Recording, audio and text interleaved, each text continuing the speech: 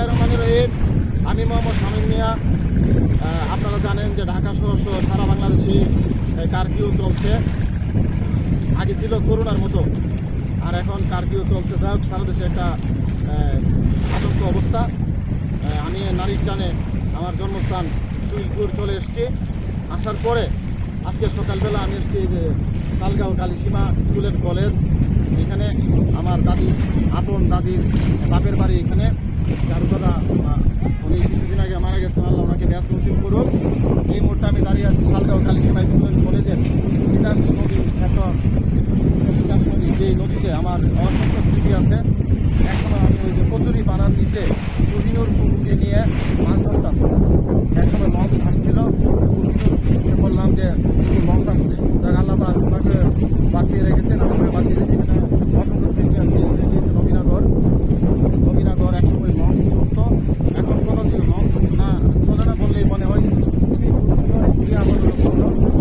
এখন অবস্থার মধ্যে হয়েছে। তারপরেও নারীর টানে ব্রাহ্মণবাড়িয়া ছুটে আসি আমি। বর্ষার মৌসুম, এদিকে রকমপুর জায়গা, বিকালবেলা ঘুরতে যাবো। এই যে আপনারা দেখতে পাচ্ছেন যে তিতাস নদী, নদীর পাড়ে আমার দাদার দাদি বাপের বাড়ি ঘুরতে। এখানে আছে যে শালগাঁও কালীসীমা স্কুল অ্যান্ড কলেজের খেলার মাঠ। এখানে আমি অনেক ক্রিকেট, ফুটবল খেলেছি।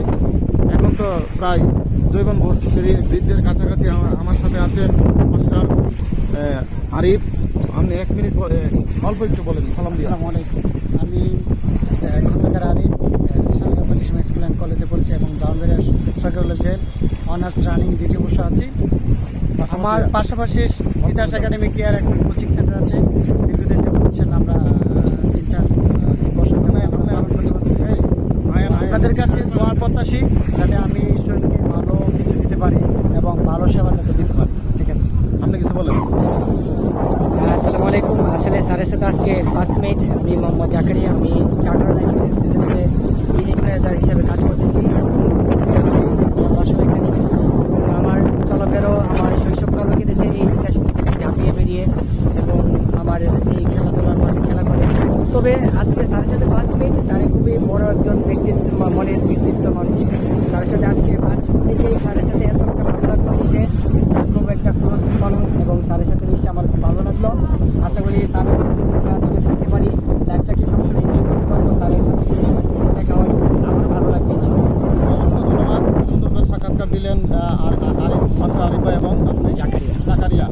এই মুহূর্তে তিতাস নদী, যেখানে কবি আল মাহমুদ, ছান্দাসিক কবি মাহমুদুল্লাহ, আব্দুল কাদের এবং বর্মন তিতাসিক নদীর নাম। এখানে পুরোনো ঘাট